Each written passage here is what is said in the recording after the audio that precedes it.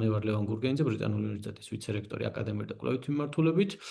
ჩემი პროფესია, ასე ვთქვათ, არის პოლიტიკური სტრატეგიების შექმნა, პოლიტიკური კამპანიების წარმართვა და დღეს, რაზეც მაქვს ვებინარი და თემა მომზადებული, პრეზენტაცია მომზადებული, ეს არის როგორ შევქმნათ მაღალ ეფექტური კამპანიები და ამ კამპანიებში ეგრეთ წოდებული ფანელები AI-ს დახმარებით. და AI-ს როგორ ვიყენებთ ამ ყველაფერში, მაგაზე გვექნება დღეს შეხვედრა.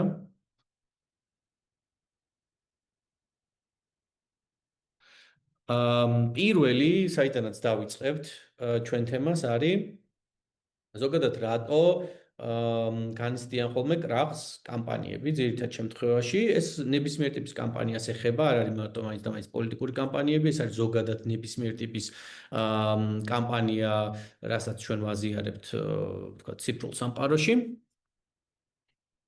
და თავარი მიზეზი არის ხოლმე რომ არ არის ცხადი ის მიზანი რა მიზანსაც უნდა ვაღწევდეთ და არ არის ცხადი ის გზა, რა გზასაც უნდა გადიოდეს ლიდი კონკრეტულ, ვთქვათ, შედეგამდე. აი, მაგალითად, გვინდა რომ პირობითად ძალიან მარტივ მაგალითს გეტყვით, ეხლა ჩვენ ვებინარებთან დაკავშირებით, გვინდა რომ საბოლოო ჯამში Facebook-ზე პირობითად რომ რეკლამას გავაკეთებთ ვებინარებზე, ადამიანი, ვინც ინტერესს გამოთქვავს, მას მიუვიდეს ის ინფორმაცია, რაც მას ჭირდება კონკრეტულ ვებინარზე. მაგალითად, ინფორმაცია დამატებითი, რაც შეეხება ვებინარი, ვინ არის ვებინარის წამყვანი, როგორ ჩატარდება, რა დროს ჩატარდება და მე შემახსენებელი რომ ადამიანს არ დაავიწყდეს, იმიტომ რომ მილიონი საქმე გვაქვს და შეიძლება დაგვაუწყდეს, გამოგჩეს, თავიდან ამოგვივარდეს და ასე შემდეგ, ხო?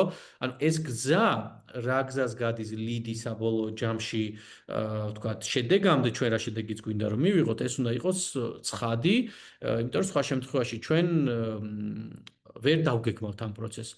არის generic კომუნიკაცია, მაგალითად მესიჯები არ არის სეგმენტირებული, არ არის პერსონალიზირებული, არის ზოგადი, მაგალითად, ასევე იმას გეტყვით, ჩვენ გამოცდილებას ქონია შემთხვევა, რა დროს არ უმუშავია ჩვენ კამპანიას, მაგალითად, თუნდაც ისევ ვებინარებზე, წინა წლის გამოცდილება არის, მაგალითად, დაახლოებით 1000-მა ადამიანმა გამოხატა ინტერესი, რომ ზოგადად ვებინარებს დასწრებოდა, მაგრამ არა მაინც და მაინც კონკრეტულ ვებინარს, ანუ საერთოდ ზოგადად 1000-მა ადამიანმა გამოხატა ინტერესი, რომ რაღაცა ვებინარებს დასწრებოდნენ ერთ-ერთს მაინც. და ჩვენ შემთხვევაში პრობლემა რა იყო, რომ ყველა ადამიანს, ამ 1000-ივე ადამიანს უგზავნით ყველა ვებინარზე ინფორმაციას. ეხლა ეს არ არის სეგმენტაცია კარგად ეფექტურად გაკეთებული, არ არის პერსონალიზაცია, იმიტომ რომ ადამიანს არ ქონდა ინტერესი გამოხატული პირობითად კიბერსაფრთხების ვებინარზე რომ დასწრებულიყო, ინტერესი ქონდა გამოხატული რომ ლიდერობის ვებინარს დასწრებოდა და შესაბამისად არ იყო მისთვის რელევანტური. საბოლოო ჯამში ეს ჩვენ რა პრობლემას გვიქმნის, ხო? ანუ კი მართალია რომ თქვა ამ ადამიანს მისდის ეს ინფორმაცია, რასაც ჩვენ უზიარებთ, მაგრამ ტყუილი ხარჯია. ანუ გაფლანგვა არის რესურსის, იმიტომ რომ ზუსტად ანალოგიური შეგვეძლო სხვა რაღაცაზე დაგვიხარჯა. ხო, ხა ყველაფერს თავისი მონეტარული ღირებულება აქვს საბოლოო ჯამში, თუნდაც იმ იმეილს მიუხედავად იმისა, რომ ჩვენ ვთქვათ, ბევრი იმეილის გაგზავნა შეგვიძლია რაღაცა პერიოდულობით, მაინც თითო იმეილი არის რაღაცა მონეტარული ღირებულების და შეგვეძლო რომ ვთქვათ, უფრო ეფექტურად გამოგვეყენებინა, უფრო ტარგეტირებულად, სეგმენტაცია უკეთესად გავაკეთებინა და ასე შემდეგ. ანუ მეორე ყველაზე ისეთი კრიტიკული პრობლემა რაც კამპანიებს აქვს ხოლმე არის ეს, არის generic და არა პერსონალიზირებული მესიჯინგი. სტატიკური engagement-ი არის მესამე, სადაც კამპანიები ისეთ ურთიერთობაში შედიან ადამიანებთან, ერთჯერადად შედიან ურთიერთობაში ადამიანებთან და არ აქვთ გრძელვადიანი ხედვა, როგორ ანვითარებენ ადამიანთან ურთიერთობას. ეს არის აბსოლუტური ყველა თითქმის ყველა პოლიტიკური პარტიის პრობლემა. ყოველთვის არის ხოლმე შეგრძნება, როცა პოლიტიკური პარტიების კამპანიებს ვნახულობ ხოლმე, რომ თქვათ ის ერთჯერადად ცდილობს ადამიანთან კომუნიკაციის დამყარებას და ის არ ცდილობს მონაცემთა ბაზის განვითარებას. დღევანდელ სამყაროში, როცა თანამედროვე ტელევიზია ვთქვათ ეს ტრადიციული ტელევიზია რაც არის, ხო? ვთქვათ აი არხების გადა cable TV რასაც ქვია. აღარ არის იმდენად პოპულარული, რამდენადაც აქამდე იყო, ხო? ვთქვათ მე-20 საუკუნეში როცა ტელევიზორი შეიქმნა და ტელევიზიები შეიქმნა, მაშინ იყო მას კომუნიკაცია, ხო? აი მასობრივი კომუნიკაცია, რასაც ერქვა, იმიტომ რომ იყო 1-2 ძალიან ცოტა რაოდენობით არხი, ყველა მაგას უყურებდა. მერე შემოვიდა ის, რომ ბევრი არხი გაჩნდა, სეგმენტაცია მოხდა აუდიტორიის და ვთქვათ არხებმა ვთქვათ დაიწყეს ტარგეტირებულად სეგმენტების და ვთქვათ აუდიტორიის მიხედვით სპეციალური შოუების, გადაცემების, ანუ ადამიანის გემოვნებაზე მორგებული პროდუქტის შექმნა. და დღეს უყურებთ რას, რომ ტელევიზია, ვთქვათ, აი ამ კუთხით ესე სეგმენტირებულად მოძველდა, ვებინარები ხდება უფრო პოპულარული, ისე ვებინარები არა, ბოდიში, პოდკასტები უფრო პოპულარული ხდება. ანუ თითო, ვთქვათ, პოდკასტი თავის აუდიტორიაზე მუშაობს, ავრცელებს სტრატეგიულად ინფორმაციას და არის გაცილებით უფრო იაფიანი, ვიდრე ტელევიზია არის. იმიტომ რომ ინტერნეტი ზოგადად უფრო იაფია, ვიდრე საკაბელო ტელევიზია, ხო? იმიტომ რომ საკაბელო ტელევიზიას თავისი ლიცენზია ჭირდება, რაც ძალიან ძვირი ღირს, სტუდიას თავისი ხარჯი აქვს, ზოგადად სატელევიზიო პროგრამების შექმნა, იმიტომ რომ ეს მარტო ვთქვათ ერთდღიანი, ორდღიანი ვერ იქნება და ეს უნდა იყოს 24/7-ზე გაკეთებული, ამას თავისი რესურსი ჭირდება, ჟურნალისტები ჭირდება, სიახლეები ასე შემდეგ, ყველაფერი უფრო მეტი ჭირდება. პოდკასტები ამასთან შედარებით არის გაცილებით უფრო იაფიანი, მაგრამ საბოლოო ჯამში როცა ჩვენ აღვიქვავთ, რომ თანამედროვე საზოგადოება არის ინტერნეტის საზოგადოება და ის ინფორმაციას უფრო მეტად ტელეფონით იღებს და შეგვიძლია რომ ისეთი ტიპის საინტერესო პროდუქტი შევთავაზოთ პოდკასტებით, რასაც დღეს ხედავთ, ხო, რომ პოდკასტების ვთქვათ სამყაროში არსებობს, ძალიან კარგი საკომუნიკაციო არხი არის. და აქედან გამომდინარე, რას ვხედავთ, რომ ესეთი ტიპის ფოლოვერების განვითარება და nurturing, რასაც ქვია, ვთქვათ, ემოციური კავშირის გაძლიერება ადამიანებსა და ინფორმაციის შემქმნელს შორის, თუნდაც ეს პოლიტიკური პარტია იყოს, პოდკასტი იყოს, კომპანია იყოს ნებისმიერი ტიპის, არის კრიტიკულად მნიშვნელოვანი, იმიტომ რომ საბოლოო ჯამში რა ხდება, ხო, ანუ ადამიანი რის მიხედვით იღებს გადაწყვეტილებას, ვთქვათ, ქვეცნობიერად, რაც უფრო მეტად გაუგია, რაც უფრო მეტად მისთვის ემოციურად ახლოს არის, იმის მიხედვით იღებს გადაწყვეტილებას და იცვლება ასევე თანამედროვე ტიპის, ვთქვათ, ეს რეკლამა რაც იყო, რეკლამის ხასიათიც იცვლება, იმიტომ რომ დღეს ესე ვთქვათ, push რეკლამები რაც იყო, ვთქვათ, თუნდაც სოციალურ ქსელში, თუნდაც ტელევიზიაში, ბილბორდებზე, ანუ ამის ღირებულება იცვლება, იმიტომ რომ ადამიანს რაღაც ეტაპზე უკვე გაუჩნდა მდგრადობა, ანუ აღარ ხდება ტვინის ისეთი აქტივაცია რეკლამის მოსმენისას, ну, რა თქმა უნდა, მან გააჩნია რეკლამას, იმიტომ რომ რეკლამა ხო ვითარდება და ვთქვათ, იხვეწება. თუმცა ისეთივე ეფექტური აღარ არის ტრადიციული რეკლამა, როგორც აქამდე იყო და ვთქვათ, კამპანიები ცდილობენ, რომ ის თანამედროვე მეთოდოლოგიით ისეთი რეკლამების შექმნან, როგორც არის მაგალითად დაფარული რეკლამა, Trojan horse, რასაც ეძახიან, ხო, ვთქვათ, ესეთი ტიპის რეკლამები, რომ არ იყოს პირდაპირ მნიშვნელობით სარეკლამო, გაყიდვაზე ორიენტირებული, მაგრამ საბოლოო ჯამში ქვეცნობიერში ისე ილექებოდეს კონკრეტულ თემაზე ინფორმაცია, რომ მე ადამიანზე ახდენდეს გავლენას.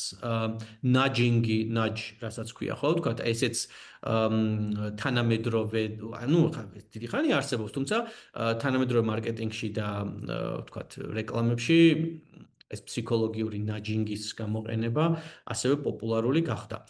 და ამ კონკრეტულ შემთხვევაში ხა რაც მინდა გითხრათ არის რომ ორგანიზაციისთვის ისეთი მონაცემთა ბაზის, ანუ ისეთი ვთქვათ დატაბაზის nurturing განვითარება, რაც საბოლოო ჯამში ქმნის სეგმენტს, რომელიც მუდმივად ჩვენი შექმნილი ინფორმაციის მომხმარებელია, ეს არის ერთ-ერთი ყველაზე მნიშვნელოვანი აქტივი, იმიტომ რომ საბოლოო ჯამში მე აღარ ვარ დამოკიდებული ტელევიზიაზე, სხვა აქტორზე, ჟურნალისტზე, მაშინ როცა მჭირდება ჩემთვის საინტერესო აუდიტორიისთვის ინფორმაციის გაზიარება.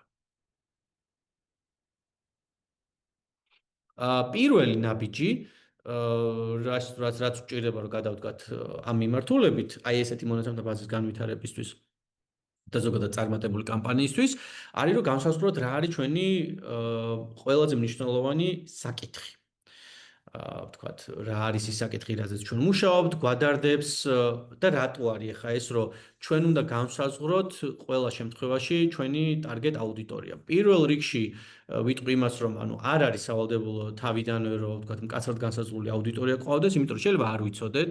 ახლა მე მაგალითად მიმუშავია კამპანიაზე, რომელიც მიზნად ისახავდა სამხრეთ კაროლინაში კანონში კონკრეტული ტექსტის ცვლილებაზე. მაგალითად, მკაცრი კანონები აქვთ ამერიკაში ალკოჰოლური სასმელების გაყიდვაზე, კვირაობით არ შეიძლებოდა სპირტიანი სასმელების გაყიდვა. არ შეიძლება დღესაც. თუმცა ჩვენი ერთ-ერთი შეკვეთა რაც იყო ჩვენი ერთ-ერთი კლიენტისგან იყო, რომ თქვათ ეს უნდა შეგვეცვალა, რომ კვირაობით დაეშვათ 11-დან 3 საათამდე სპირტიანი სასმელების გაყიდვა სამხრეთ კაროლინაში. ეხლა როცა საკითხი ეხება ესეთ თემას ძნელია რომ ადამიანს აიძულო ემოციური კავშირი, ვთქვათ, ემოციურად აქტივირდეს ესეთ ტრივიალურ თემაზე, ხო, რომ აი, ეხლა კვირას რაც მინდა, ვთქვათ, მაინც და მაინც რომ ამის უფლება მქონდეს, მაშინ უბრალოდ შემიძლია შაბათსაც შევიყიდო. ანუ კვირაში 6 დღე შემიძლია ვიყიდო სპირტიანი სასმელი და მაინც და მაინც კვირა დღეს რო ვიყიდო რაღაცში მჭირდება, ხო? ანუ ცოტა რთული, ლოგიკურად რთული ასახსნელი არის ადამიანისთვის ესეთი თემები. ანუ აი ზუსტად აქ გულისხმობ რას, რომ ეხლა ესე ტრადიციულად რომ ჩვენ ავიღოთ და აუდიტორია განსაზღვროთ ამ თემისთვის არის ძალიან ძნელი, იმიტომ რომ არ ვიცით ვინ შეიძლება იყოს ჩვენი პირდაპირი ტარგეტ აუდიტორია. შესაბამისად, აქ არ არის პრობლემა, რომ არ ყავდეს თავიდანვე მკაცრად განსაზღვრული აუდიტორია, თუმცა შეგვიძლია რომ თანამედროვე სოციალური მედია ალგორითმების დახმარებით შევქმნათ ეს აუდიტორია. საბოლოო ჯამში ის ჯგუფი შევქმნათ, რომელიც ამ თემით არის დაინტერესებული და უნდა რომ ინფორმაცია მიიღოს, იმიტომ რომ პირველი ყველაზე მნიშვნელოვანი არის ჩვენ ისეთი აუდიტორია განსაზღვროთ, რომელსაც მიმღებლობა აქვს ამ თემაზე ინფორმაციის. და ზუსტად აი აქ იგულისხმება პირველი პრობლემა, რაც აქვს ხოლმე ზოგადად კამპანიებს, რომ ჩვენ გზა უნდა დავხაზოთ, როგორ, ვთქვათ, რას ვაკეთებთ პირველი და პირველი არის რომ საზღვრავთ თემას, საკითხს. მეორე არის რომ სად ვაზიარებთ ამაზე ინფორმაციას, ანუ lead-ის შექმნა სად ხდება, lead-ის generation წარმოება სად ხდება და შემდეგ ეს lead-ი რა გზას გადის ბოლოს აქტივაციამდე, ანუ საკითხის, ვთქვათ, ინგლისურში ამას ქვია call to action, ხო? ვთქვათ, რას ვეუბნები ამ ადამიანს, რომ გააკეთოს. აი, საბოლოო ჯამში რომ მინდა პირობითად მინდა რომ პეტიციაზე ხელი მომიწეროს. ხო, აი, მაგალითად, კვირაობით რომ შეიძლებოდა სპირტიანი სასმელების გაყიდვა სამხრეთ კაროლინაში, ამისთვის რა მჭირდება, ხო? შეიძლება გამოკითხვას რო ჩავატარებ, იქ უმეტესობას მინდა რომ ვათქმევინო, რომ სიტყვაზე კი, ოკეი, მხარს უჭერ, პრობლემა არ არის. ან შემიძლია, ვთქვათ, პეტიციაზე ხელს მოწერა ვთხოვო, ხო? აი, მაგამდე უნდა მივიყვანო, მაშინ როცა ადამიანი დილით ამ პრობლემით არ იღვიძებს და ეს არ არის ყოფითი პრობლემა, ხო? ვთქვათ, ესეთი პრაქტიკული პრობლემა, რაც ადამიანებს შეიძლება აწუხებდეთ ეს ყოველდღიურ ცხოვრებაში. ეს ადამიანი უნდა მივიყვანო მე აქამდე, რომ პეტიციაზე ხელი მომიწეროს, ან მე გამოკითხვაში მიიღოს მონაწილეობა და მხარი დამიჭიროს ამ თემაზე. საბოლოო ჯამში შეიძლება ეს უკავშირდებოდეს ასევე ქცევის ცვლილებაზე, შეიძლება ეს იყოს დონაციის გაკეთებაზე, შეიძლება ეს იყოს ივენტზე დასწრება, community-ში გაწევრიანება, ვთქვათ, საკითხის მხარდაჭერა და ასე შემდეგ. ანუ ბევრი call to action შეიძლება მქონდეს, შეიძლება სხვადასხვა მქონდეს. ეგეც არ არის პრობლემა. ტარგეტირებულად აუდიტორიასთან მიმართებაში, ანუ ადამიანი რა ეტაპზე შემოდის ჩემთან ფანელში, ანუ ჩემ კამპანიას რა ეტაპზე უერთდება, ან თვითონ ემოციურად რამდენად აქტივირებულია, მაგისგან გამომდინარე, მე ვალდებული ვარ, რომ მას შევთავაზო მასზე მორგებული კომუნიკაცია და call to action. ანუ ადამიანს რო ვთქვათ, საერთოდ წარმოდგენა არ აქვს ჩემ თემაზე, იგივე call to action-ს ვერ მივცემ, ვერ ვთხოვ, როგორც ადამიანს, რომელიც პირობითად 5 წელია ჩემი მხარდამჭერია, ხო, ვთქვათ, 5 წელია ჩემ თემას იცნობს, ბევრ ივენტს დასწრებია და ბევრჯერ გამოუხატავს თავისი მხარდაჭერა, ბევრჯერ პეტიციაზე ხელი მოუწერია, ხო? მე შეიძლება ამ ადამიანს ვთხოვო, რომ მოდი donation-ი გამიკეთე პირობითად ამერიკაში, მაგრამ იმ ადამიანს, რომელიც ეხა შემომიერთ და იმას ვერ ვეტყვი, რომ donation-ი გამიკეთე, იმიტომ რომ ის შეშინდება, დაფრთხება, იტყვი ფიქრებს, რომ ეს რაღაცა აფერისტობა არის და ასე შემდეგ. ანუ მას უნდა ვთხოვო უფრო ლაითი რაღაცა, რაც მისთვის უფრო მარტივი გასაკეთებელია და ამითი გავაძლიერებ მის ემოციურ მას კამპანიასთან. უბრალოდ ეს უნდა ასევე იყოს გაწერილი და დაგეგმილი სტრატეგიულად, რომ საბოლოო ჯამში ანუ ეფექტური გამოვიდეს. მეორე საკითხი რაც გვაქვს არის რომ სად არის ჩვენი აუდიტორია? აი ისევ ვიტყვი იმას რომ არ ვიცით ვინ არის ჩვენი აუდიტორია, უნდა ვიპოვოთ, თუმცა არის საწყისი ვთქვათ ეტაპები, საიდან რიდან გამომდინარე შეგვიძლია ვიფიქროთ. ხო, ეხლა ერთ-ერთი პირველი არის სოციალური მედია პლატფორმები. აქ ყველა შემთხვევაში ანუ არ არის ხოლმე ისეთი თემა, რასაც არ მივიჩნევთ, რომ პირობითად lead generation-ი არ მოხდეს სოციალური მედია პლატფორმებიდან. უმეტეს შემთხვევაში ესე ხდება. თუმცა მანდაც არის მე სეგმენტირება, ხო, ვთქვათ, უნდა ვიპოვოთ რა ასაკია ჩვენი აუდიტორია, რა პროფესია აქვს, რა ეკონომიკური ბექგრაუნდი აქვს, რა განათლების დონე აქვს, ასე შემდეგ.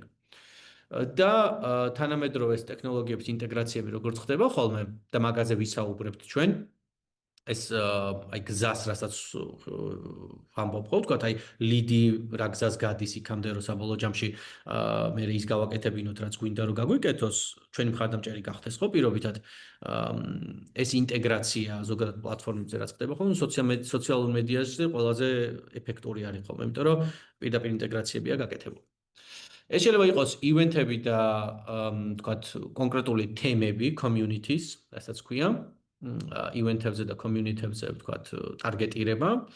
შეიძლება ეს იყოს პარტნიორის მონაცემთა ბაზები, შეიძლება ეს იყოს იმეილის ვთქვათ სიები, ამერიკაში ხშირად გვაქვს ხოლმე, იყიდება იმეილის სიები. ახლა არ არის მაინც და მაინც ეფექტური, თუმცა საწყის ეტაპზე არ არის ცუდი რომ მაგალითად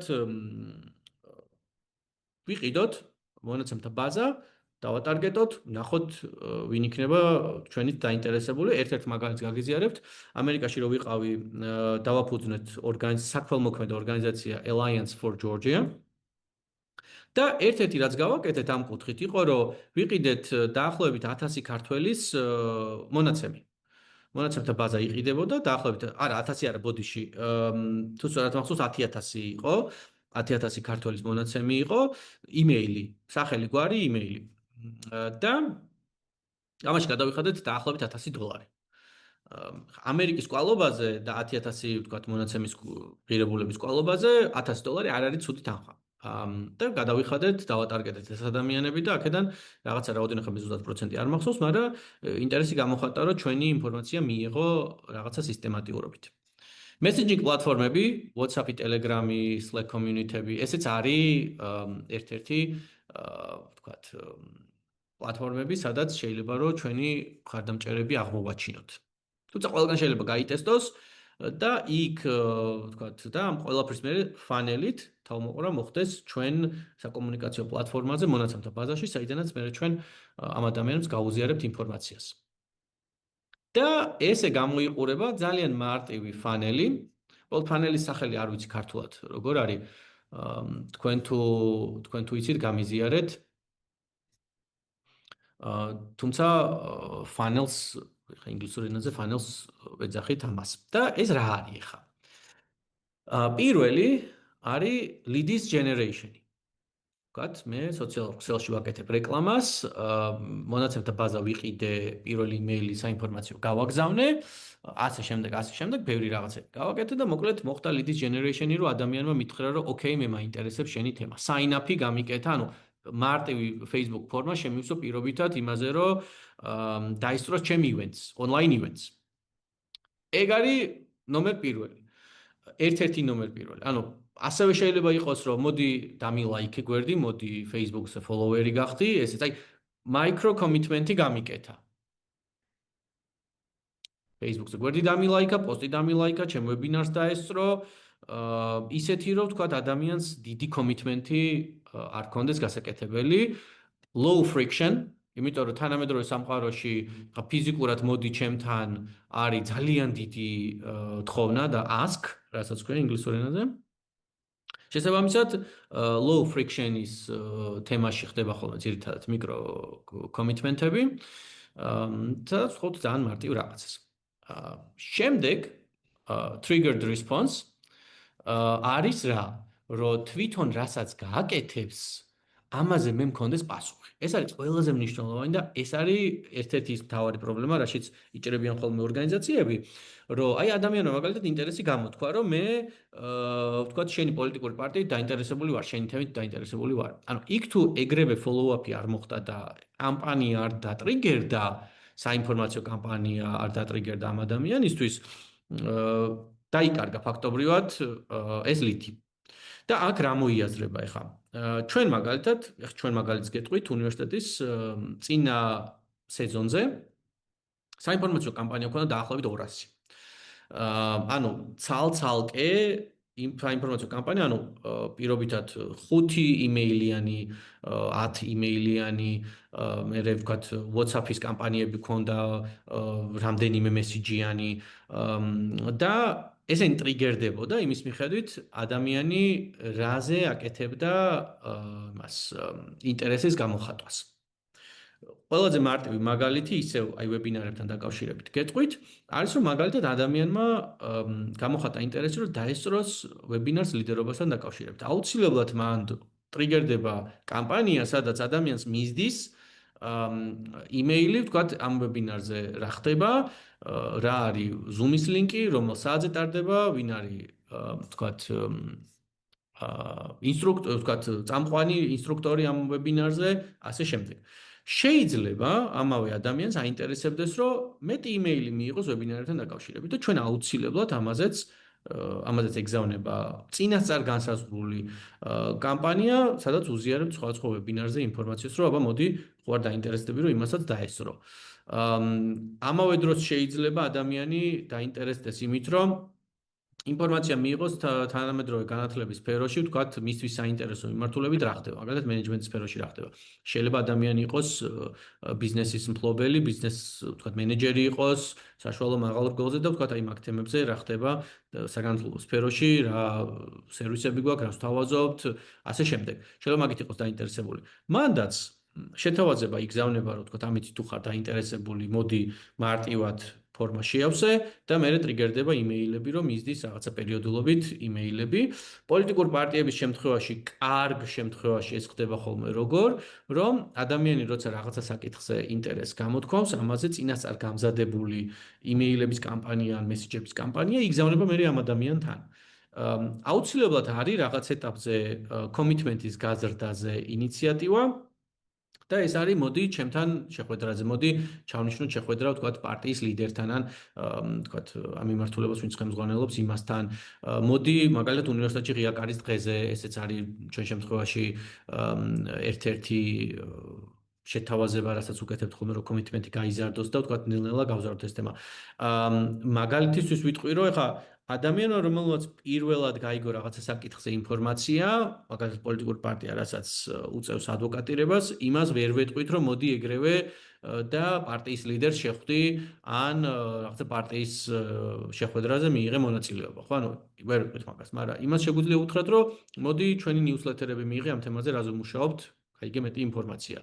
რომ ადამიანს მიეცეს შესაძლებლობა, რომ გაიგოს მეტი, არ გააკეთოს ეს რაღაც დიდი კომიტმენტი, მაგრამ საბოლოო ჯამში მოხდეს მონაცემთა ბაზაში, სადაც თვითონაც უნდა რომ იყოს, თვითონაც აინტერესებს რომ იყოს და ამ პოლიტიკური პარტიისთვის ან ორგანიზაციისთვის არის საინტერესო, იმიტომ რომ იცის ვის უზიარებს ამ ინფორმაციას, ანუ ხდება ინფორმაციის შემქმნელი. და ეს ფანელი იკვრება ეგრე. თუმცა ეს თავიდანვე უნდა იყოს განსაზღვრული რა მიზანს ემსახურება კონკრეტული კამპანია. და ეს კამპანიები შეიძლება აი როგორც თქვი, შეიძლება იყოს 200 დაახლოებით. და ყველაზე მაგარი რა არის ახლა ამ შემთხვევაში, რომ ერთი ადამიანი აკეთებს მაგ ყველაფერს. წინასწარ განსაზღვრული, როცა წინასწარ სტრატეგიულად განსაზღვრული არის მიზანი, თქვათ შენ სოციალური მედიით ან თქვათ სხვა წყაროებით ატარგეტებ ადამიანების ჯგუფებს, რომ თქვათ მიაწოდო ინფორმაცია, რომ მოდი აი ეს არის ჩემი თემა და თუ გაინტერესებს მიიღე ინფორმაცია. ერთმა ადამიანმა შეიძლება გაწეროს ეს ყველაფერი და გააკეთოს, მე ავტომატურ რეჟიმში ხდებოდეს ეს ყველაფერი, იმიტომ რომ ეხა აი როგორც ვახსენე, 40000 იმეილი დატრიგერდა წინა წელს ნოემბერში, მარტო ერთ თვეში ჩვენგან. 40000 იმეილი დატრიგერდა. ამას ერთი ადამიანი კი არა ხელით რო აგზავნიდეს, რა ვიცი, ამდენი ერთი 1000 ადამიანი შეიძლება დაჭირდეს. ან 100 ადამიანი შეიძლება დაჭირდეს, მაგრამ თანამედროვე ტექნოლოგიები და აქ შემოდის ზუსტად ავტომატიზაცია, AI და თანამედროვე ტექნოლოგიები თვითონ ატრიგერებს იმ ლოგიკით, რა ლოგიკასაც ჩვენ წინასწარ განუსაზღვრავ. აი ყოველთვის ხდება ტრიგერის იდენტიფიკაცია და ტრიგერი არის ყველაზე ხშირ შემთხვევაში აქ ფორმის შევსება.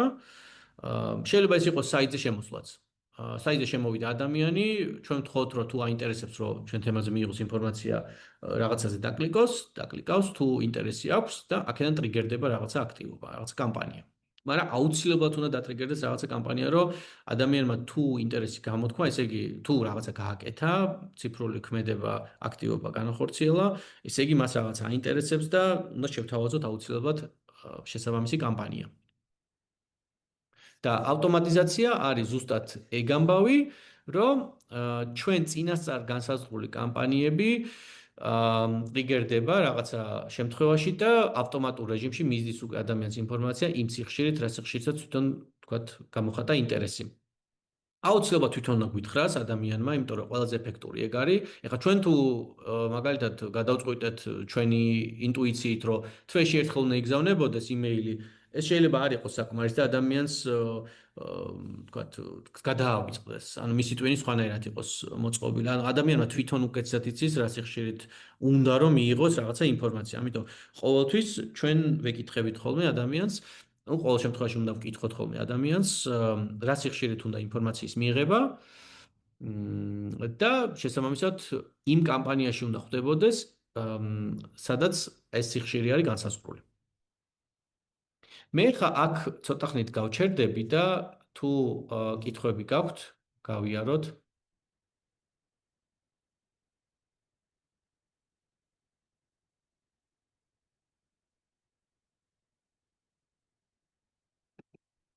თუ არა და გამაჩერეთ, არ არის პრობლემა.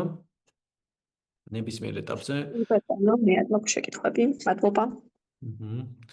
ეხლა გეტყვით შედეგებს, რა შედეგებზე გავედით, ზუსტად აი ამ მიდგომით. Click through rate, ანუ გაიგზავნა იმეილი და მაგ იმეილში ლინკი რაც იყო ადამიანმა დაკლიკა ამ ლინკზე და დააჭირა ამ ღილაკს. ეს არის ერთ-ერთი საზომი მარკეტინგული კამპანიის, ზოგადად კამპანიის ეფექტურობის და ხშირ შემთხვევაში არის ხოლმე 3-დან 4%-მდე.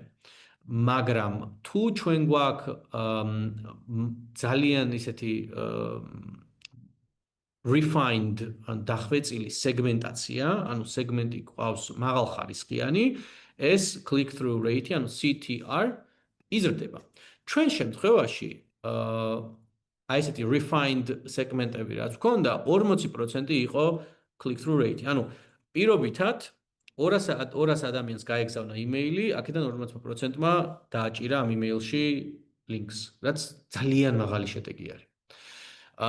უფრო დიდ სეგმენტებში, მაგალითად დაახლოებით 1000 და მეტი ადამიანი რო ყოფილა, click through rate ყოფილა 10-დან 15%-მდე. რაც ასევე 3-ჯერ, 4-ჯერ, 5-ჯერ უფრო მეტია, ვიდრე სტანდარტული click through rate-ები არის ხოლმე. ანუ ეს საიდან მიიღწევა ამით, ხო? ანუ როგორ თქვათ ვაკეთებთ, როგორ ვახდენთ ამას. სეგმენტაცია, რაც ნიშნავს რას, რომ მაგალითად თავიდან დატრიგერდა კამპანია, სადაც ჩვენ გვინდა რომ გავიგოთ, რამდენი ადამიანი რეალურად არის დაინტერესებული ჩვენი თემით. და ეს კამპანია პირობითად მოიცავს 5-დან 10 იმეილამდე ან მესიჯამდე. მესიჯს მოიცავს. საბოლოო ჯამში ეს კამპანია რო დასრულდება, აქედან გამომდინარე ტრიგერდება ახალი კამპანია, რომელიც ასევე წინასწარ გვაქვს განსაზღვრული, ოღონდ AI-ის დახმარებით სეგმენტაცია ხდება როგორ? მე მინდა, ვთქვათ, იმეილების 90% ვინც გახსნა, ან ვთქვათ, კიდევ უფრო მეტად ხარისხიანი სეგმენტი თუ მინდა, შიგნით ღილაკს ვინც დააჭირა, ეგენი იყვნენ ახალ სეგმენტში. აი ეგ შემიქმნას და მე მაგ სეგმენტზე დაატარგეტოს ახალი კამპანია. და აი მაგითი ვიღებთ ამ შედეგს. პირველ კამპანიაში ჩვენ ვაიდენტიფიცირებთ ადამიანს, იმიტომ რომ შეიძლება ხშირ შემთხვევაში არის ხოლმე რომ ტყუილა დააჭირეს ხელი. აი ხა Facebook-ზე რამდენჯერ გქონია ესეთი შემთხვევა, რომ რა ვიცი, რამდენი ადამიანს გამოუხატავს ინტერესი და საბოლოო ჯამში 10% აღმოჩენილა რომ მართლა აინტერესებს, იმიტომ რომ იმეილები გახსნა, ლინკს დააჭირა ხელი, ვებინარს დაესწრო, რაღაცა ტიპის ინტერესი გამოხატა და ასე შემდეგ. ამიტომ ჩვენ გვინდა რომ აი ეს ეფექტურობა რომ იყოს მაღალი კამპანიის სეგმენტაცია მოვახდინოთ პირველი გაცნობითი კამპანიის შემდეგ.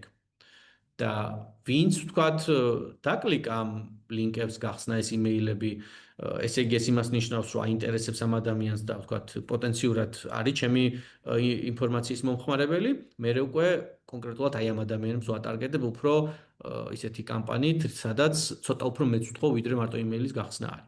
ხო აი მაგალითისთვის პოლიტიკურ პარტიაზე თუ ადამიანმა ინტერესი გამოთქვა რაღაც საკითხი აინტერესებს და მე ამ საკითხზე რომ 5 იმეილი მივიდა 5-ვე გახსნა. ხო, ესე იგი აინტერესებს, არ დააიგნორა, არ წაშალა, შიგნით თქვა ლინკს დააჭირა ხელი. ამის შემდეგ უკვე რომ პოლიტიკურ პარტიამ თხოვოს რომ მოდი აბა გამიზიარე მართლა რას ფიქრობ ამ თემაზე მოგისმენ. მივა და დაელაპარაკება უფრო მეტი ალბათობით ვიდრე ადამიანი რომელმაც არც ერთი იმეილი არ გახსნა. ხო, ანუ მე არ უნდა ვაგზავნიდე ან კომუნიკაციაში არ უნდა შევდიოდე, არ უნდა ვატარგეტებდე იმ ადამიანს, რომელმაც საერთოდ ინტერესი არ გამოთქვა, გამოხატა ჩემ თემაზე და უნდა ვატარგეტებდე იმ ადამიანებს, ვინც გამოხატა ინტერესი და მე ვხედავ, რომ ეს ინტერესი გამოხატა. ეს არის მანდ განსხვავება. აი აქ ზუსტად მარკეტინგის თანამედროვე რეკლამაზე რო ვსაუბრობდი, თანამედროვე, ვთქვათ, შეფარდება არის 80-20-თან. თუმცა აქ აი ამ 20 მაინც დავაკლებდი, ეს არის რა? კონტენტი რამდენი უნდა იყოს, ვთქვათ, რასაც სოციალურ ქსელში ან ზოგადად სივრცეში ვავრცელებთ, ან ვკომუნიცირებთ, რამდენი იყოს აქედან, ვთქვათ, რეალური კონტენტი, რამდენი უნდა იყოს რეკლამა. და მიჩნეული არის რომ უნდა იყოს 80-20-თან, ანუ 80% უნდა იყოს კონტენტი, მათ შორის საგანმანათლებლო და ეს უნდა იყოს ისეთი რომ ვთქვათ ადამიანებს ინფორმაციას უნდა უზიარებდეს და 20% უნდა იყოს რეკლამა. ერთი ცნობილი ის გვაქვს კიდე პრინციპი პოლიტიკურ კამპანიებში რომ stop raising awareness already. ანუ შეწყვიტე ინფორმაციის გავრცელება რაღაცა თემაზე, იმიტომ რომ ხშირ შემთხვევაში არ არის ხოლმე კამპანიების და ზოგადად საკითხების წარუმატებლობა არ უკავშირდება იმას, რომ ადამიანებმა არ იციან. უკავშირდება იმას, რომ უბრალოდ არ აინტერესებთ, ტარგეტირება არ ხდება შესაბამისი აუდიტორიის, ანუ არასწორი ტარგეტირება ხდება, არ ხდება სწორი მესენჯერით ხალხის ტარგეტირება. ერთ მაგალითს გაგიზიარებთ, როგორ მოხდა კლიმატის ცვლილებასთან დაკავშირებით კამპანიების ეფექტურობის გაზრდა. თქვენ თუ გახსოვთ, აქამდე გავრცელებული ტერმინი იყო გლობალური დათბობა. და გლობალური დათბობა შეიცვალა, ფაქტობრივად აღარ გვხდება, ან ძალიან იშვიათად გვხდება, მაგრამ ეფექტურ კამპანიებში აღარ გვხდება და გვხდება კლიმატის ცვლილება და რატო? რომ ადამიანისთვის იმის აღქმა, რომ გარემო თბება არის ძალიან რთული და მაგის წინააღმდეგ შეუძლიათ თქვან რომ აი რანაირად თბება, მაგალითად აი მარტში მოთოვა, ხო? აი რანაირად დათვა, ხო სამყარო. და ეგ საერთოდ არ ითვალისწინებს იმ თემას, რომ გლობალური დათბობა და ზოგადად ამ თემის პრობლემატურობა არ არის მაინც და მაინც კი არის სამყაროს დათბობა პრობლემა, თუმცა უფრო დიდი პრობლემა არის კლიმატის ცვლილება, ხო? ანუ აი როგორ ქვია, თქვათ, ისეთი კლიმატური მოვლენები, რომელიც არის სერიოზული ზიანის მომტანი. მაგალითად, ქარიშხალი, ტორნადო, რაღაცა ისეთი, ანუ გაიზარდა ამეების რაოდენობა, ანუ კლიმატური ცვლილება, ვთქვათ, არა, ვთქვათ, მარტში რომ მოთოვა და ეს არ არის სტანდარტი, ხო, აი ვთქვათ, ეგეც კლიმატის ცვლილება არის. ხო, ანუ ადამიანისთვის უფრო მარტივად დასაჯერებელია ის ამბავი, რომ კლიმატი იცვლება და უფრო მეტი თან ხვდება ამაზე, ვიდრე იმაზე, რომ სამყაროდ უფრო მეტად თბება, იმიტომ რომ ეს უფრო მეცნიერული ციფრი არის, ვიდრე ადამიანი, რასაც თავის თავზე გრძნობს. იყო, ანუ shifting, framing-ის shifting მოხდა, ანუ შეიფუთა სხვანაირად messaging-ით. მეორე იყო target auditorия. სად ვავრცელებ ამაზე ინფორმაციას? და ვინ არის პოტენციურად ეგრეთ წოდებული low hanging fruit? ანუ ის ადამიანი, რომელიც უფრო მეტად დაიჯერებს ჩემ თემას. და ამ ადამიანებმა ვინც ამ კამპანიას აკეთებდნენ ძალიან საინტერესო სტატისტიკა აღმოაჩინეს რომ უფრო მეტი ადამიანი ვიდრე სპორტულ ივენთებს ესწრება ამერიკაში დადის ზოოპარკში წარმოიდგინეთ ძალიან საინტერესო ამბავი არის ძალიან დიდი რაოდენობით ადამიანები ოჯახები ბავშვები უფროსები საშუალო ასაკი დადიან ზოოპარკში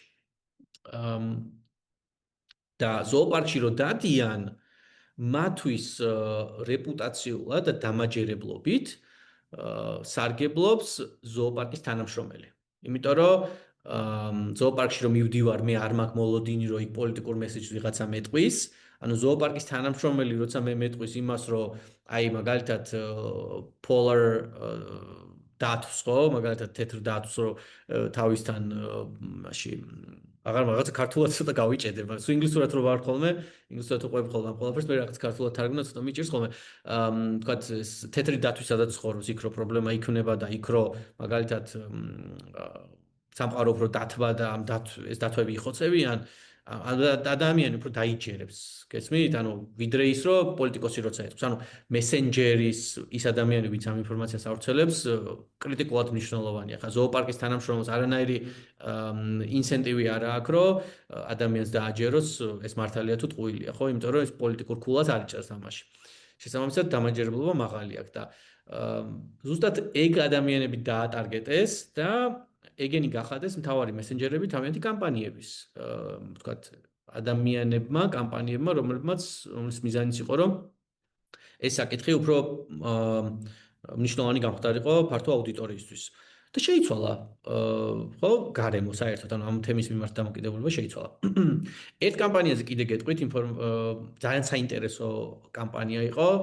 თან ამ ადამიანს მე პირადად ვიცნობდი, ჩემი ლექტორი იყო ვაშინგტონში და მე დავმეგობრდით კიდევაც. ბევრი, ვთქვათ, საერთო საქმეც გაგვიკეთებია და მის კამპანიას ერქვა Innocent Project. ანუ აქ ეს ძალიან კარგი მაგალითი არის რისთვის, რომ როგორ ხდება ადამიანის განწყობის შეცვლა. ერთ-ერთი მნიშვნელოვანი საკითხი არის განწყობა, როგორ უნდა შევაცვლებინოთ ადამიანს განწყობა რაღაც თემის მიმართ. და ეს უკავშირდებოდა ამერიკაში სიკვდილით დაჯის მიმართ ადამიანების დამოკიდებულების ცვლილებას. ანუ ამერიკაში, რომელსაც მივიჩნევთ, რომ არის ლიბერალიზმის შუქურა, დემოკრატიული რაღაცა, ანუ მოკლედ დიდი ამბავი ეს უილსონის ამერიკასაც ეძახიან და ეს ლიბერალიზმის შუქურასაც ეძახიან, მოკლედ აი ესეთ ქვეყანაში როგორ შეიძლება იმდენად პოპულარული იყოს სიკვდილით დაჯა, რომ დემოკრატი პრეზიდენტობის კანდიდატი ბილ კლინტონი აჩერებს თავის საპრეზიდენტო კამპანიას 90-იანებში არკანზასის შტატში, რომ დაესწროს სიკვდილით დასჯას.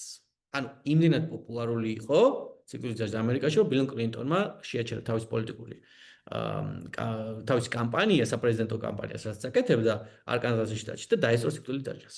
წარმოიდგინეთ? და ამ ადამიანებმა გადაწყვიტეს და მათ შორის ეს ჩემი ერთ-ერთი ლექტორი ვინც იყო, ეს იყო ერთ-ერთი ლიდერი ამ კამპანიის, გადაწყვიტეს, რომ ანუ ესეთ ქვეყანაში სიკვდილით დასჯა არ უნდა იყოს ესეთი პოპულარული და ახლა აი წარმოიდგინეთ, როგორ უნდა შეიცვალოს ადამიანმა განწყობა. მაშინ როცა ეს პოპულარულია, იმიტომ რომ ადამიანები ფიქრობს, რომ იცი რა თუ ვთქვათ, ბავშვზე იძალა და პროსმა ადამიანმა ის უნდა სიკვდილით დაისაჯოს. თუ ვთქვათ, ქალის მიმართ მოხდა რაღაცა ისეთი სერიოზული ძალადობა, ის სიკვდილით უნდა რაღაც ასე შემდეგ რა. ანუ ეს ადამიანები ფიქრობენ, რომ კონსერვატული საზოგადოება არის ამერიკაში. განსაკუთრებით სამხრეთში, აი რელიგიურად უფრო ესეთი უფრო რელიგიურები ვინც არიან, აი დაახლოებით მაგალითად ხა არკანზასში ძალიან რელიგიური ხალხი არიან. მე ამერიკაში რო ვიყავი, პირველად ჩემ ცხოვრებაში ვნახე ის, რომ სანამ ივახშმებდა ოჯახი ილოცეს და მაშინ როცა მე მგონია რომ რაღაც ქართველები ჩვენ ძალიან რელიგიურად და ვთქვათ ისე ვართ, ჩვენებურად ვართ ხო, უბრალოდ ხა იქ უფრო გამოხატულად არიან რელიგიურები და ვთქვათ ესეთი მომენტი აქვს და ეს არკანზასიდან იყო, აი მაკედანაც მახსოვს ეგ დავაკავშირე გამბავი რომ მოკლედ ეს რელიგიასთან ძალიან ისე ქონდათ რა. ახლო ეს ძალიან დიდი პატივისცემა ქონდათ და როგორ შეიცვალეს დამოკიდებულება ამერიკელებმა სიკვდილით დასჯის მიმართ, რომ ამ ადამიანებმა გააკეთეს რა? Innocent Project-ი რატო დაერქვა, რომ ჩაატარეს გამოკვლევა, რამდენი ადამიანი ვთქვათ, usამართლოდ დაისაჯა სიკვდილით. წავიდნენ ბევრი იქექეს, ბევრი გამოკვლევა ჩაატარეს, დნმ-ის ანალიზები ჩაატარეს და მოკლედ აღმოაჩინეს ბევრი ადამიანი, რომელიც უსამართლოდ დაისაჯა სიკვდილით და მათ შორის აღმოაჩინეს ადამიანი, რომელიც ცოცხალი იყო და უსამართლოდ ქონდა მისჯილი სიკვდილით დასჯა და გაამართლეს. ეს ადამიანი დაყავდათ მთელი ამერიკის გარშემო, ახვედრებდნენ ადამიანებს და ალაპარაკებდნენ, რას ნიშნავდა მისთვის ის, რომ გაამართლეს და აღმოაჩინეს, რომ უსამართლოდ ქონდა სიკვდილი მისჯილი. ყველა შეხვედრაზე ეს კაცი გვიყვებოდა, რომ ეს ადამიანი, ვისაც სიკვდილი ქონდა მისჯილი და გადარჩა, ტირილს იწყებდა, იმიტომ რომ ეხლა წარმოვიდგინეთ როგორია, ხო? ეხლა როგორი შეგრძნება არის, რომ იცი რომ უდანაშაულო ხარ, მაგრამ სხვა გზა არ არის, ხო? ეხლა განწირული ხარ. ემოციურად ძალიან შვებოდა, ძალიან ემოციური ამბავი იყო. ერთი წელი ატარებდნენ ამ ადამიანს და ეს კაცი გვიყვებოდა, რომ ანუ ამ ადამიანის ცოდვით ვიწვებოდი ხოლმე, იმიტომ რომ ეხლა წარმოვიდგინეთ ახლა ფსიქოლოგიური ის არის, რომ ერთი წლის მანძილზე ამდენჯერ, ერთი 100 ჯერ მოაყოლო ერთი და იგივე თავისი ვთქვათ ესეთი ტრაგიკული ამბავი, მაგრამ რომელიც კარგად დასრულდა, მაგრამ მაინც 100 ჯერ გაამეორებინეს ეს ვთქვათ ცუდი შეგრძნება. მაგრამ საბოლოო ჯამში ეს ძალიან ეფექტური იყო საზოგადოებაზე, იმიტომ რომ როცა ხედავდნენ რომ ადამიანი თავის თავზე გამოცდილ ამბავს უყვებოდა და ესეთი ემოციური თემა ჰქონდა, თვითონ იჯერებდნენ, შედიოდნენ ამ ადამიანის მდგომარეობაში. ანუ ესენი სივრცისხლიანები ხო არ არიან, ესენიც ადამიანები არიან და ვთქვათ, როცა ხედავენ რომ ადამიანმა ესე განიცადა და არის იმის შანსი, რომ ვთქვათ, უსამართლოდ სიკვდილი ქონდეს მისჯილი ხო ადამიანს, იქ უშევ, ეხლა რამდენი ადამიანი იტყვის იმას, რომ ვთქვათ, ოკეი, გავაგრძელოთ ეგ ამბავი, ესე იყოს. ანუ ძალიან ცოტა ხო ალბათ, თითქმის არავინ. შესაბამისად, აი ესეთი ტიპის კამპანიით მოახდინეს ადამიანების განწყობის შეცვლა რაღაცა თემაზე და მსგავსი მიდგომა არის სხვა სოციალურ თემებზეც ამერიკაში რაც ხდება, ვთქვათ, თუნდაც აბორტის თემაზე, LGBT თემაზე, ბევრი სხვა თემა. ეხლა ეს კაცი ლიბერალი იყო და ნუ ეხლა რა თქმა უნდა ლიბერალურ თემებზე გვიყვებოდა თავის ისტორიებს, პროგრესულ ლიბერალურ თემებზე.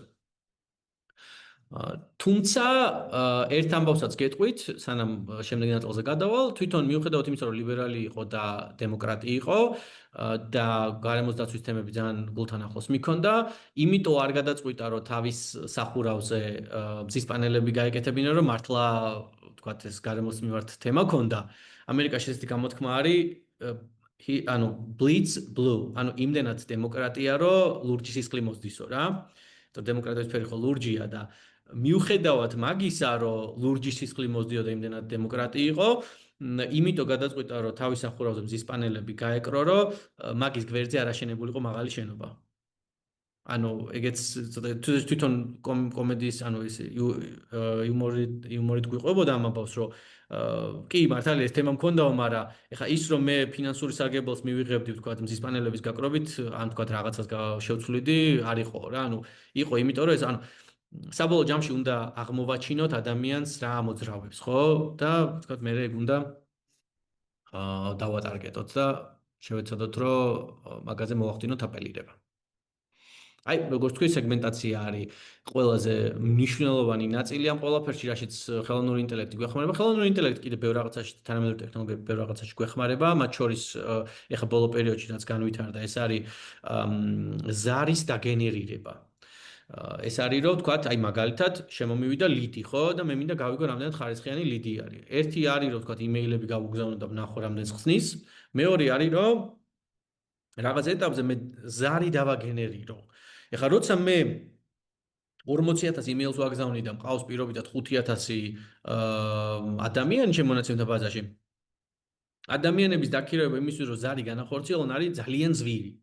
მაგის საპირისპიროდ შეგვიძლია ვთქვათ ეს ხელოვნური ინტელექტის და ტრეინინგი ჭირდება, ანუ ის უნდა როგორ ელაპარაკოს, ეგ უნდა იცოდეს, ანუ ბევრი ეს უნდა ქონდეს რა, ვთქვათ ხარისხის ინდიკატორი რა, მაგ შემთხვევაში რაც უნდა იცავდეს. მაგრამ მეორე შემთხვევაში თანამედროვე ტექნოლოგიებით შესაძლებელია რომ დატრიგერდეს ზარი, დაირეკოს ამ ადამიანთან და მარტივი ოპერაცია შეასრულოს, ვთქვათ ეს AI agent-მა.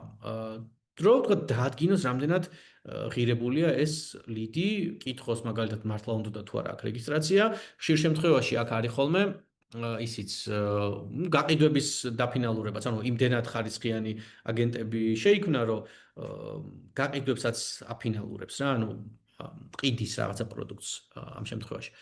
ხა ჩვენ შემთხვევაში როცა გვინდა გავიგოთ მართლა აინტერესებს თუ არა რაღაცა, ეგ კიდევ უფრო მარტივი არის. მაგითაც ხდება ვთქვათ AI-ის გამოყენება მაგ შემთხვევაში.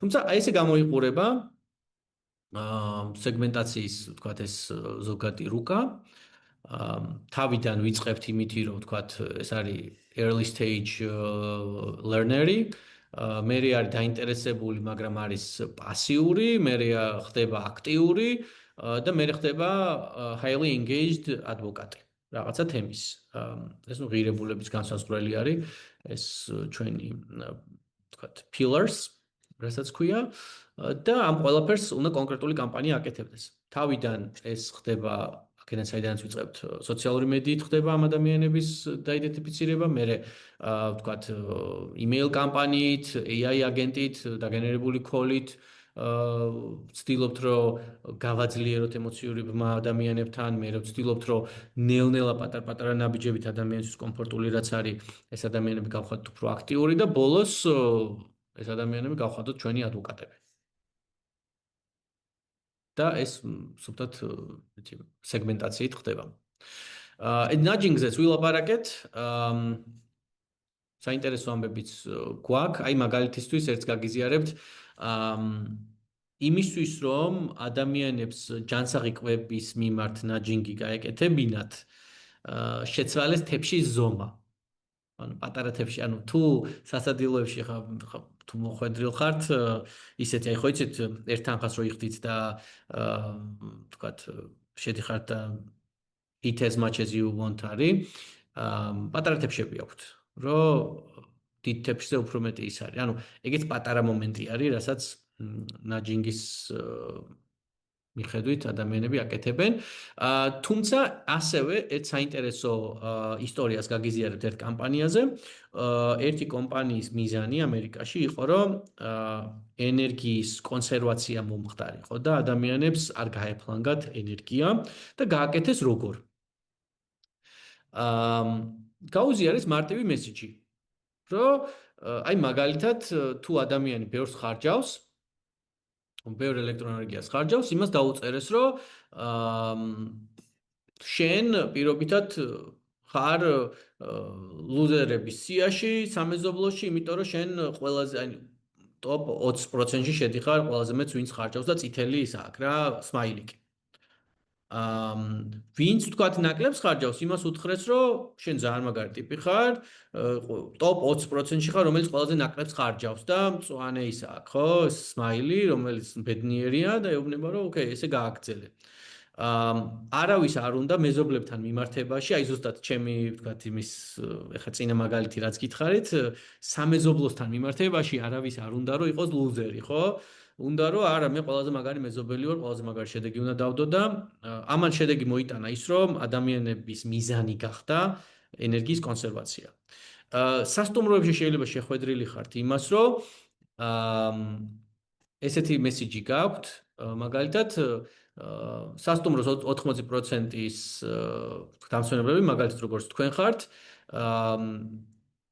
reuse აკეთებს, ან თავიდან იყენებს პირობითად პირსახოთს, ან არ გვიკვეთავს ოთახის დალაგებას და ვთქვათ გვეუბნება რომ არა, ოკეი, არ მინდა ოთახის დალაგება, იგივე პირსახოთს რაღაც ასე შემდეგ. და ამითი ვთქვათ ადამიანებს უბიძგებენ რომ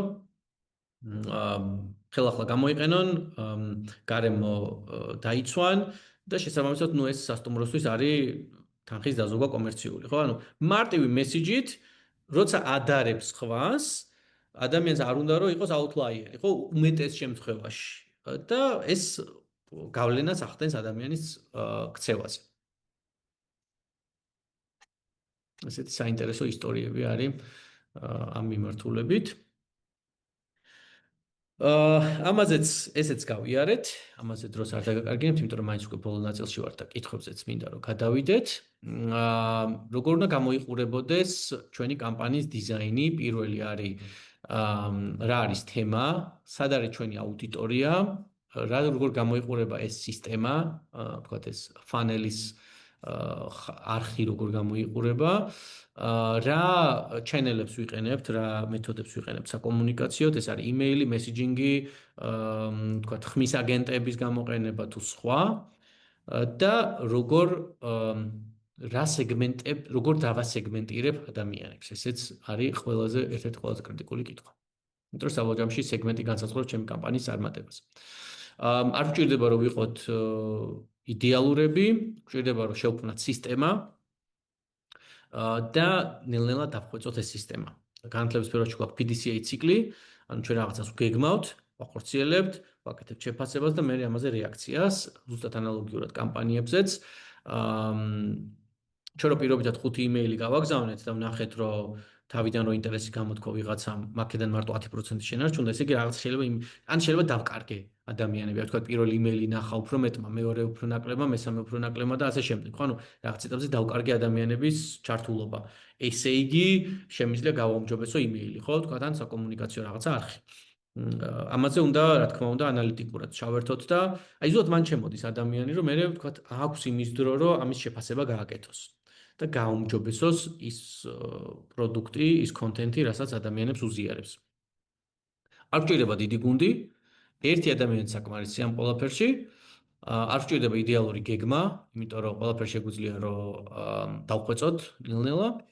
არ გვჭირდება უზარმაზარი ბიუჯეტი, ანუ ტელევიზია ამ შემთხვევაში მოძველებული ამბავია და ჩვენ თუ ჩვენ მონაცემთა ბაზას გავაძლიერებთ იმ დონეზე, რომ ყავს ადამიანები ისე სეგმენტირებულად, რომ მუდმივად ჩვენ ინფორმაციას იღებენ, ყველაზე მაგარი საკომუნიკაციო სტრატეგია არის ეგ. ასეთი ტიპის ვთქვათ მონაცემთა ბაზის განვითარებას და პოლიტიკურ პარტიებთან როცა მაქვს ან პოლიტიკურ ჯგუფებთან როცა მაქვს ხოლმე კომუნიკაცია, ზუსტად ამას ვეუბნები ხოლმე, რომ მთავარი არის რომ ისეთი მონაცემთა ბაზა შეიქმნას, ვისთანაც ჩვენ მუდმივად გვექნება კომუნიკაცია, იმიტომ რომ ეს არის ყველაზე პირდაპირი, ყველაზე მაგარი გზა. თან ანალიტიკაშიც უფრო მეტად ვნახულობთ რა მუშაობს და რა არ მუშაობს. ეხლა სად რომ მე ტელევიზიით რაღაცა მესიჯი გავავრცელე და წარმოდგენა არ მაქვს, ვინ მნახა, რამდენმა მნახა, მოეწონა და არ მოეწონა და ფოკუს ჯგუფი მჭირდება ჩავატარო რომ ეგ გავიგო, ამ შემთხვევაში მონაცემთა ბაზას როცა რაღაცას გავაზიარებ, ხედავ რამდენმა ადამიანმა ნახა, წაიკითხა, ლინკს დააჭირა ხელი და ასე შემდეგ. ანუ ეს ჩართულობას უკეთესად ვზომავთ. მაქედან გამომდინარე.